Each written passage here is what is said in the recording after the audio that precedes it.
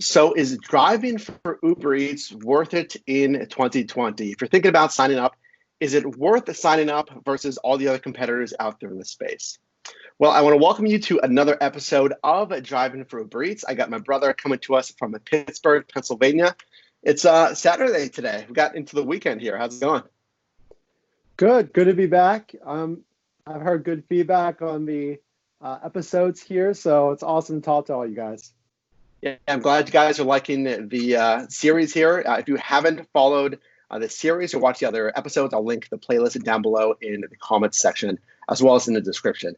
So yeah, in this series, we talk about driving for Uber Eats. My brother Matt, again from Pittsburgh, just got back into driving for Uber Eats. It's been some time. So how long has it been? Has it been like a month or so, or since you started driving again? It's been a month, and I'm surprised at how much I've been making every single week. It just keeps adding up and adding up.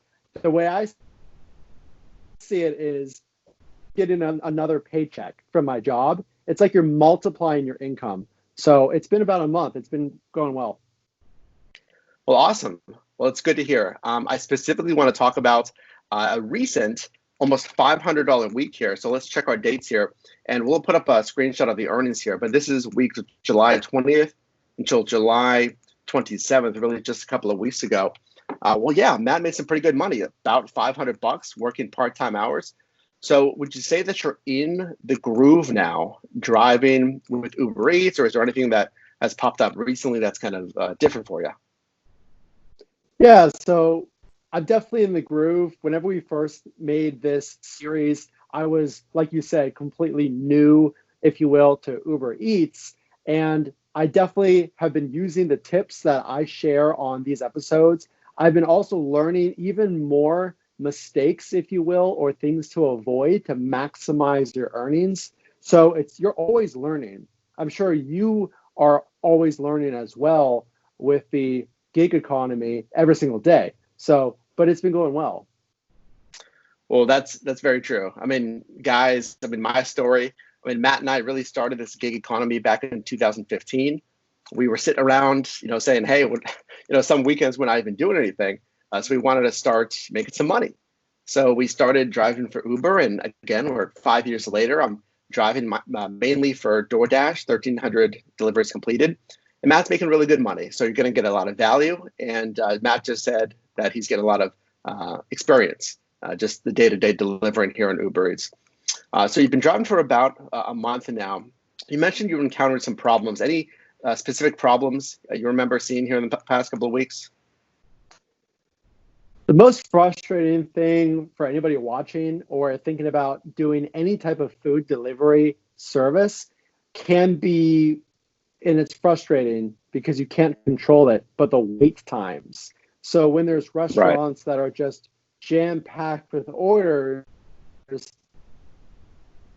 I've had my request because excessive wait times, and sometimes they didn't start my order at all. They're that far behind. So I'm happy to give that to another Uber Eats driver who might be in the area when it's ready, and then I move on to a new request. But that's something that it's tough to avoid, but it happens. Okay. Just to clarify, because I think you broke up a little bit. So if the wait's too long, are you saying that you cancel that order? So I have, and it's very rare. And Right. this is before you pick up the order, so everyone knows. I Okay. only when it's excessively long and they're very back. Okay. So is this when you get to the restaurant and then they tell you, hey, we just got it, or it's going to be a while? Is that when you're making the call? Yeah, and just so everyone knows, this is completely up to your discretion. I would not recommend doing this. Don't be overly Right. picky, but it's one of those things that you learn as you drive. If you're in a dense area, we talk on this channel and this series about maximizing your time. If you're in that dense area, it might make sense to cancel, and I have. But again, it's not a frequent thing, just something I've seen a lot of lately here in the past Yeah. few weeks. Okay. Well, that's powerful. I appreciate that. And guys, we're going to go deep into this, really advanced strategies of delaying orders, when you should cancel, thresholds for that in my new masterclass going into mastering the delivery platform. That's on yourdrivermike.com. That is coming very soon. So make sure to subscribe here if you haven't subscribed already. Well, I want to ask you about that because I would do the same, but at a certain threshold. So how long would you wait for versus what's too long that you cancel? So that's a tough question because I think everyone's opinion will be different, but don't think that a few minutes is an excessive wait. There are normal Right. wait times, which I think we should talk about, and that's a few minutes up to 5 minutes. But if they have not started your order and you have a good feeling that it'll take 10 minutes or more, I would say that's the threshold because in that amount of time, you could accept another order and even be on the road with a restaurant that's more prepared. That's what I would Okay. say to folks. Yeah, it depends on your experience, maybe the restaurant, maybe how busy it is in your market. So you mentioned maybe 10 minutes, maybe 15 is kind of that swing time. Because you mentioned, well, let's say it is slammed and you're getting orders nonstop. Maybe you want to cancel it because, like you said, you can get another order and you can be on your way. Now, I would say you also want to make sure you watch the miles because if you cancel, you're going to have to drive to another restaurant. So, are you in a tightly dense area that you're okay with canceling because you'll get another order from a restaurant nearby? Or if you're kind of in the middle of nowhere, right, you may have to drive a little bit farther to that next restaurant. I want to get into those earnings that we talked about, really good earnings. So I'm looking at the screenshot right now, almost $500. Before we really get into the numbers, can you tell me anything about that shift or what were some of your strategies to make sure you can make the most money?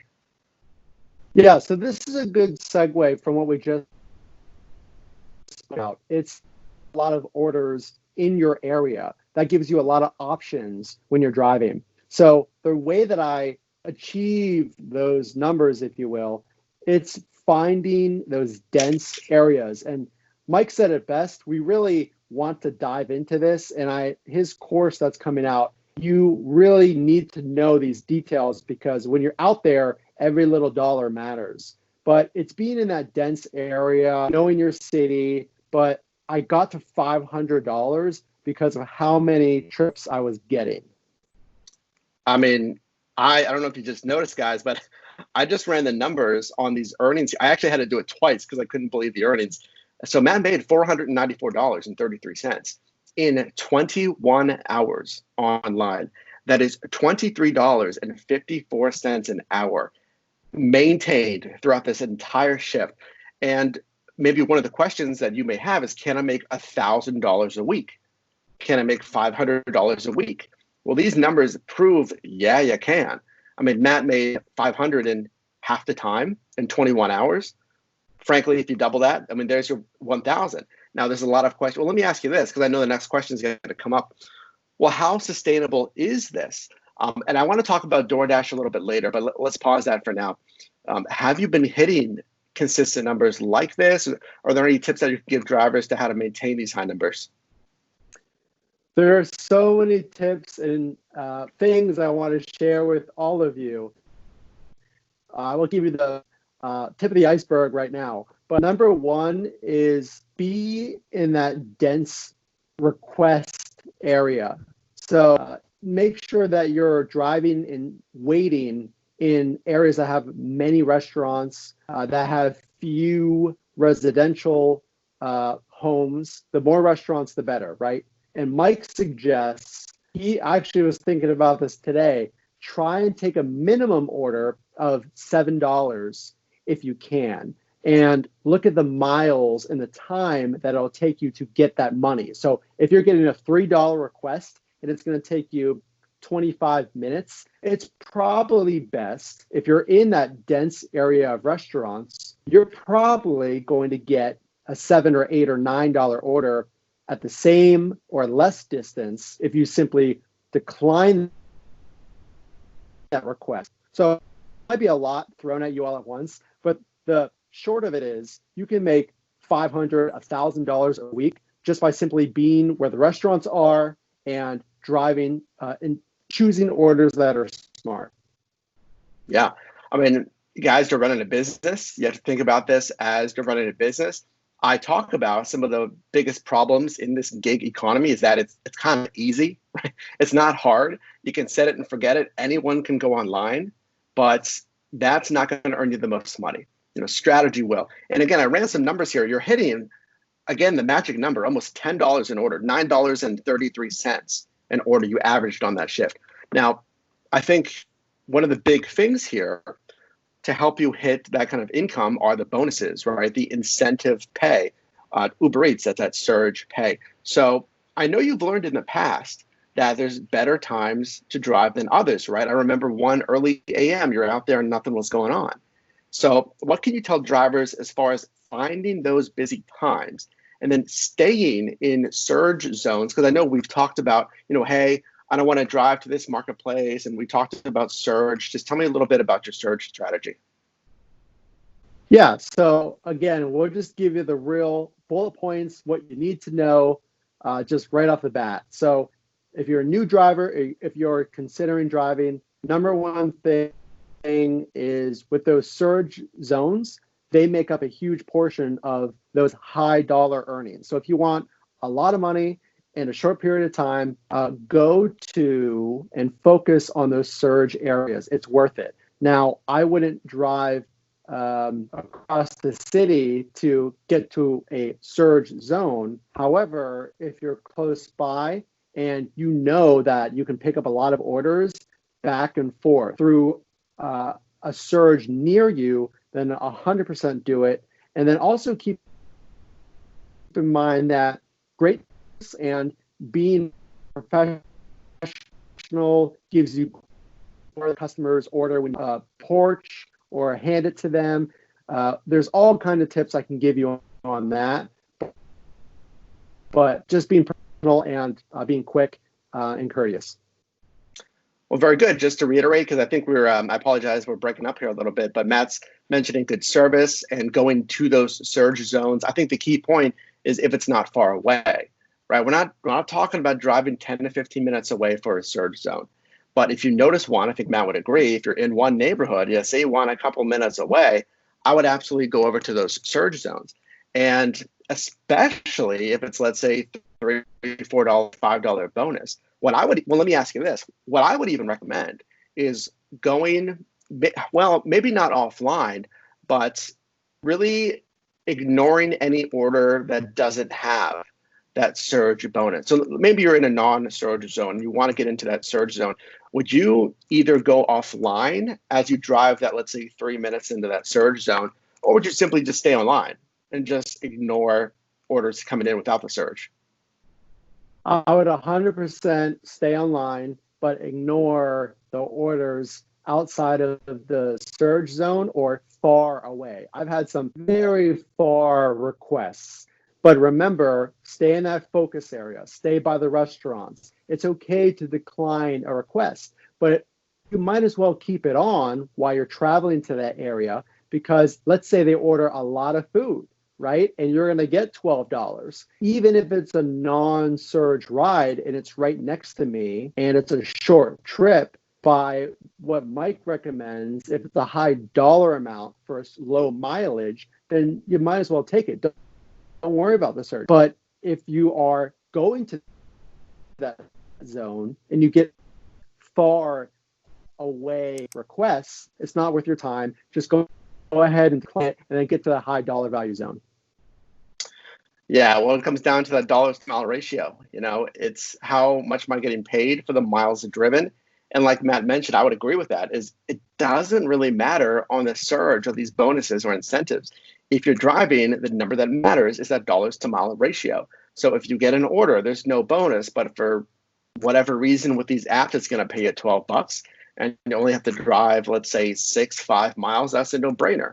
And just because there's no bonus there, I would absolutely take it. Well, hey guys, Matt mentioned orders with a ton of food. If you haven't done so already, make sure you're prepared for those orders with a ton of food. Get the right accessories. Go to my Amazon storefront. That's linked down below as well. So lastly, I want to transition into your recent onboarding on DoorDash. So if you don't know, guys, Matt is taking the advice here that I give out on the channel, is it driving for as many apps as you can. So tell me, because I don't think you've driven for DoorDash yet, clarify if that's not the case, but how is your onboarding process? And I know that since being onboarded, what's your experience been with the DoorDash app? I have been onboarded with DoorDash. I have my red card. I am a beginner, if you will. I have not used it. I have scheduled some time. I've looked at the map, but I am completely new. So it's amazing because, like Mike was mentioning, there's some gaps, there's some slow times, and other apps might be surging or there might be high demand for DoorDash. So I'm exploring that. I think it's 100% a smart thing to do. I know we used to do that whenever we would drive Uber and Lyft. Whichever one is going to Right. pay you more, that's the one you should do. Now, there's some strategy in that. I know Mike breaks a lot of that down in his courses, but it's a great thing to do. So stay tuned because I will be scheduling that here coming up. So do you have a shift scheduled right now? Or are you just kind of weighing the options right now? No shift schedule right now, but I'm looking to fill some of those gaps. And just a real quick tip for those of you who stuck around to the end of the video, there are some slow times. We know the high demand times. So breakfast time, right around 10 a.m., 1 o'clock, and then 5 o'clock. The slow times, so maybe toggle between two apps, DoorDash and Uber Eats, around 2:30 to 4 o'clock, I found are very, very slow. And I've been making great money, but even in my area where it seems to be back-to-back-to-back orders, it's almost dead silent at that time. So there's a good tip for you guys. Make sure you're toggling between those two apps between around 2:30, 3:30, 4 o'clock. Well, that's a power tip. I mean, this is what you're going to learn here on the channel. You're going to save the learning curve, because if you did this on your own, there's going to be a big learning curve. That's one of the big things I'm going to highlight on yourdriveformike.com is shortening that learning curve. It's getting you the pro tips ahead of time so you don't have to drive for months or frankly years to learn these things. So there you go. There's your time to maybe take the break, get your dinner or lunch in, 2 to 4 p.m., look at your market and see if it does the same. So just, I guess, in closing on DoorDash, I just want to bring it back to DoorDash. Your point about comparing apps, that's another big thing that I recommend. We've seen some pretty good promotions on DoorDash, right? You're getting $3, $4, $5 plus per delivery bonuses there in Pittsburgh. Yeah, it's pretty exciting. I am definitely looking forward to scheduling some time with DoorDash. Some big time incentives for DoorDash, and definitely want to put that on the schedule so I can give you some results. Well, absolutely. Well, guys, stay tuned here. Make sure to subscribe if you haven't subscribed already. Follow this series. Follow Matt driving in Pittsburgh for Uber Eats and DoorDash upcoming here. And just to summarize this video, I hope you were leaning in and paying attention. It's taking advantage of any surge zones, making sure that you're looking at that dollars to mile ratio, that you're comparing apps, that you're signing up for as many as you can and comparing those promos. That's going to help you hit these numbers like Matt is hitting. $500 working part-time, hitting whatever it was, 20 plus 23, $4 an hour. So I want to thank Matt for joining again from Pittsburgh, PA. Again, make sure to subscribe if you haven't subscribed already. And check out that Amazon storefront down below for the very best accessories. Appreciate you guys watching. We'll see you in the next one.